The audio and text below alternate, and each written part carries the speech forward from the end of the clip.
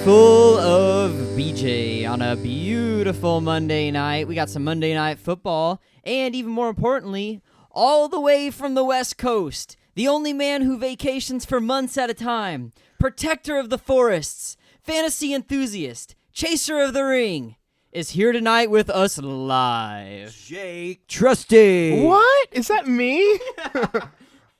So many good titles. Yeah.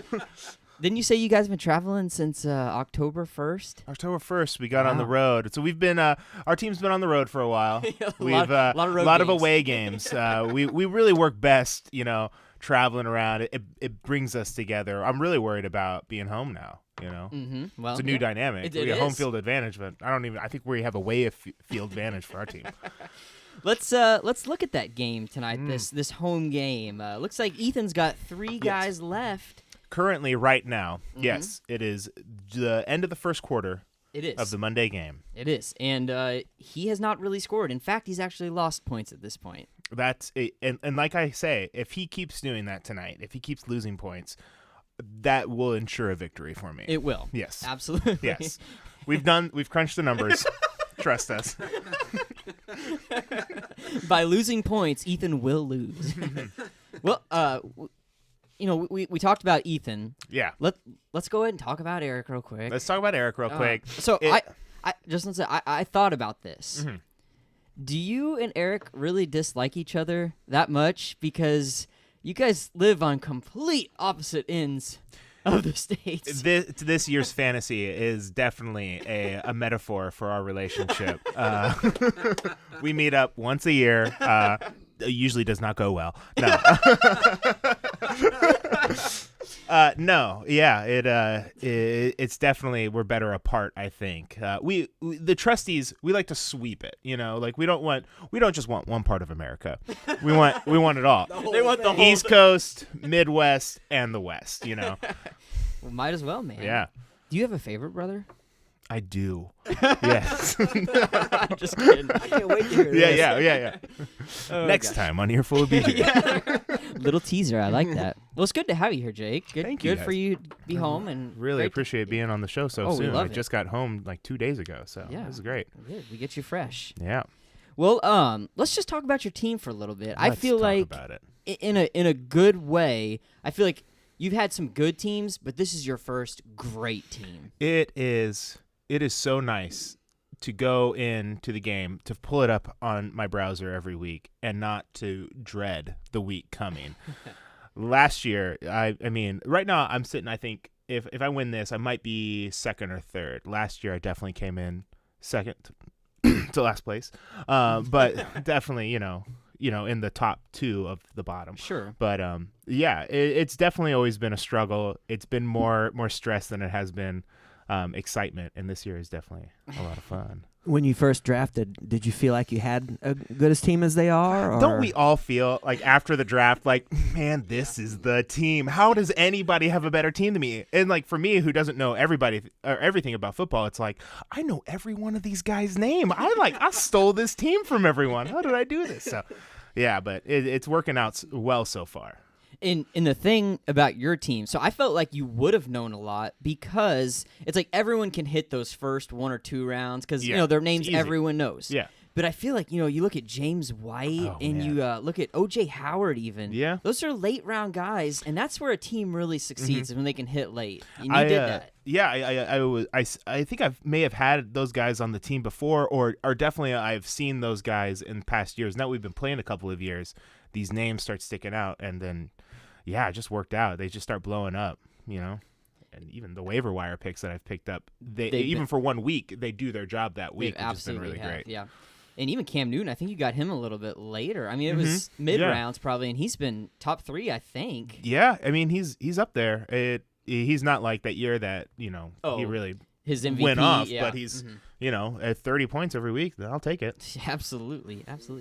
But unfortunately, you're in the toughest division. I mean, this has got to be one of the best divisions I have ever seen. It is so frustrating when you have the second best record and you're like number 4 in the league, and everybody else is above you. And every week, that's the worst part of this, is that you have this great team, but there's still that stress of like, well, now we have to win because everybody else in my league in my division is going to win.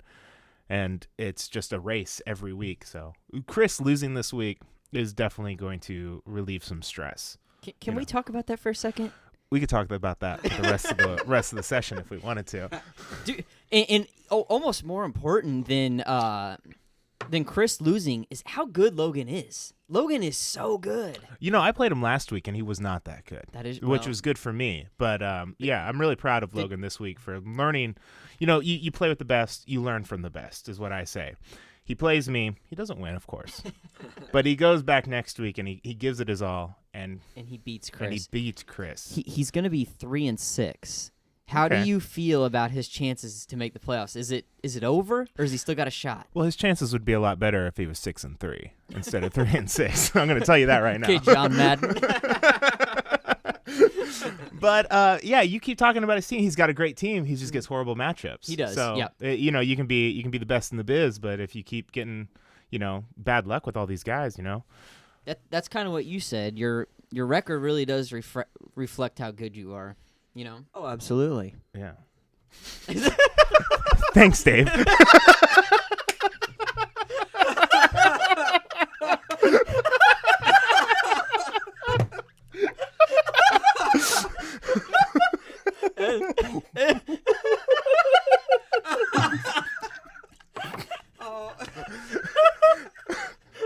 Oh.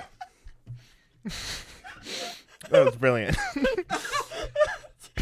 What's funny is we're sharing a mic, yeah, and he leaned all the way over for those sage words from across the room. Oh, that's good stuff. Absolutely. That's the hardest I've laughed in a while. Hey, I had good intentions, man. It just didn't happen. Oh, shoot. Oh, man. All right. Let's since we're talking about kind of Chris, let's talk about this. Family dynasties.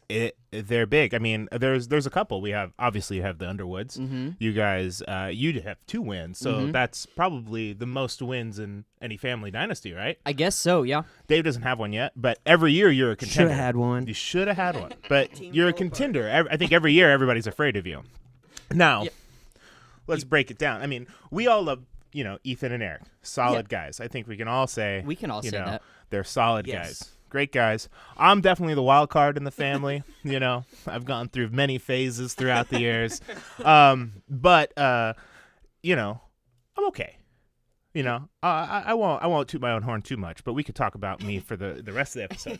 But then we got the McConnells. Yeah, talk about them. You have Clay, who does so much work for the league. We all love it. We all appreciate it. It's amazing. If Clay got the win, we'd all be happy. Yes. Obviously. Sure. Then we got Mark, Same thing applies, probably. Have you ever talked to Mark about fantasy? That's a great question. I have not. Has he ever been on the show? Has he ever commented anything? We tried to get him on the show once. I don't even think he plays, guys. I don't like conspiracy theories, but I'm going to throw out my conspiracy theory I love right conspiracy now. theories. Mark isn't even playing.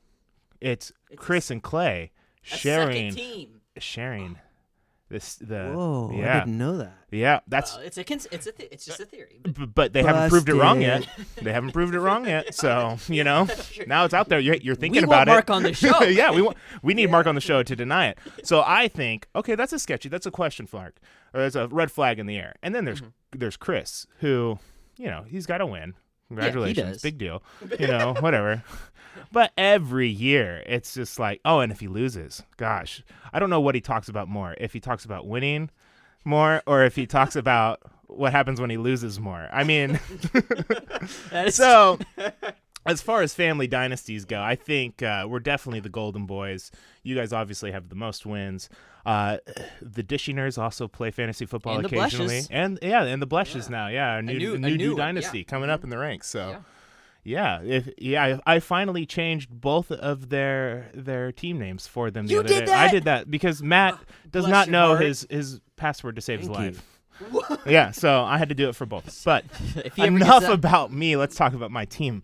Yes, Well, okay. I want to share something. It has to do with your team. Okay. And it has to do with like Clay's team or Eric's team or Chris's team. Okay. One of these really good teams. Yeah. We have something that no one's done in this league yet, and that is to trade a draft pick. Ooh. which was my idea. And I said this is a foolproof way for one of you guys to win the championship. What if one of you guys added that one final piece to each one or one of your teams? Like if you hit up somebody, you know, and draft, maybe you'd lose some draft capital next year, but you could steal somebody really good. And, I don't want to get that out of hand and somebody just give up on the year. You know what I mean? That's the worry. That's the scary right part. There is you get a Sam who's definitely like, well, if he's not going to use him, I'll take him. But exactly. then he just gives you all your good guys, and then all of a sudden you have a super team. That's why awesome. It would have to be for you. Yeah. But that's why it would have to be, you're giving away a good draft pick for somebody good. Okay. That way we're not just, you're not selling out. You're just, forget about next year. I'm just going to win this championship. Yeah. We don't want that. That's the only part that worried me. But, the thing, I really like that idea. The thing with me personally is I'm still learning about football. So if like somebody were to make that offer to me, it'd be like, I don't know. Like I'd have to think about that offer and make it, And then, then it's like, what's the catch all the time? Oh, but that's interesting. I didn't know that nobody's ever traded a draft. They haven't done before. it yet. I think it's only been legal a year and a half or 2 years maybe. But okay. what if Logan did say, I don't think my team can do it this year. And he traded you like a second-round pick for Julio Jones. Imagine throwing Julio Jones on your team. I know. It would be amazing. I've thought about it. I dream about it sometimes, I just wake up. I don't know if I have any, I worry about the flack from that, from Absolutely. the other people. There would be some. Yep. Yeah. I agree. So. I think this is a good spot for a break. We'll be right back. Ooh. Hey, gang. Jacob Trusty here to talk to you about Goat Repellent. Goat Repellent. It does things like keep Tom Brady away from playing your team. Tired of being surrounded by goats? Well, use Goat Repellent. Here's a testimonial from John Grugden. I used Goat Repellent, and it was super effective. Instantly after use, Khalil Mack left to play for the Bears. Goat Removal. Sometimes you need it bad. About 1 week trades. Let's talk about it. Now, I think that I have been probably the proprietor of the 1 week trading, especially last year. It didn't work out well for me. I'll say that. But my opinion on 1 week trades is there's only so many strategies to play the game with 20 people, with limited resources. If somebody wanted to put in the work to keep doing 1 week trades every week, that might be a new way to play the game. However, it's at great cost. You have to remember, I don't have to give you your player back afterwards. Has that ever happened? It happened. So last year, I was wheeling and dealing every week. And I was using my bench spots to hold on to people's players that had bye weeks, and I would give them back to them later. So I was basically a bank, I felt. And but at the very end, right before the playoffs, Kyle did take one person, but it was of little consequence, and he acted like it was a big deal, but I didn't even notice he did it. And it didn't work out for either of us in the end, But it did work out in one way, and that was that Chris McConnell was unable to win the fantasy championship again. If we could bring it back to Chris again. I know he loves it. That was the goal. That was the goal. And it worked in a way. It was shady. There was definitely Chris was definitely a little sore about that. Yeah, I'm still not a huge fan of 1 week trades. I understand that side of it. I do. I just think, we have tried to model this league as closely to the NFL as possible. And, they don't do that in the NFL. Yeah. But I would say diving off the deep end like I have, I wouldn't care if there was no more 1 week trades. I've done it to its fullest extent, and it doesn't get you any better. Yeah, I would Let's agree. get rid of them. Yeah. Tell us how you really feel. Later.